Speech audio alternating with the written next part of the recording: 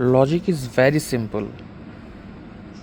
আপনারা প্রথমে কি করবেন, দেখবেন যে একটা 2 SNR এর মাঝখানে একটা মার্কেট আপ ডাউন হচ্ছে। আপনি জাস্ট দেখবেন যে FFLL fulfil the last leg complete হয়েছে কিনা।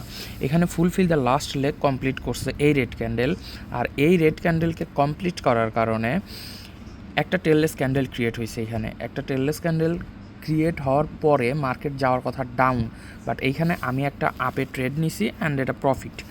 কেন আপে ট্রেড নিছি?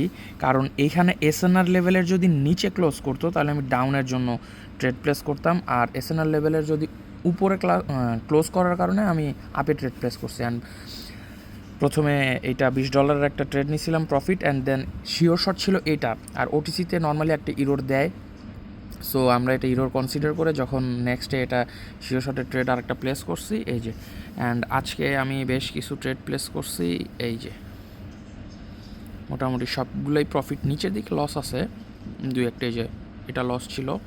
যাই হোক, এরকম আরও শিওর শট পেতে এবং নলেজেবল কন্টেন্ট চাইলে আমাদের সাথে যুক্ত থাকুন, এবং আমাদের টেলিগ্রাম গ্রুপের লিঙ্ক দেওয়া আছে, সেখানে অ্যাড হয়ে থাকতে পারেন।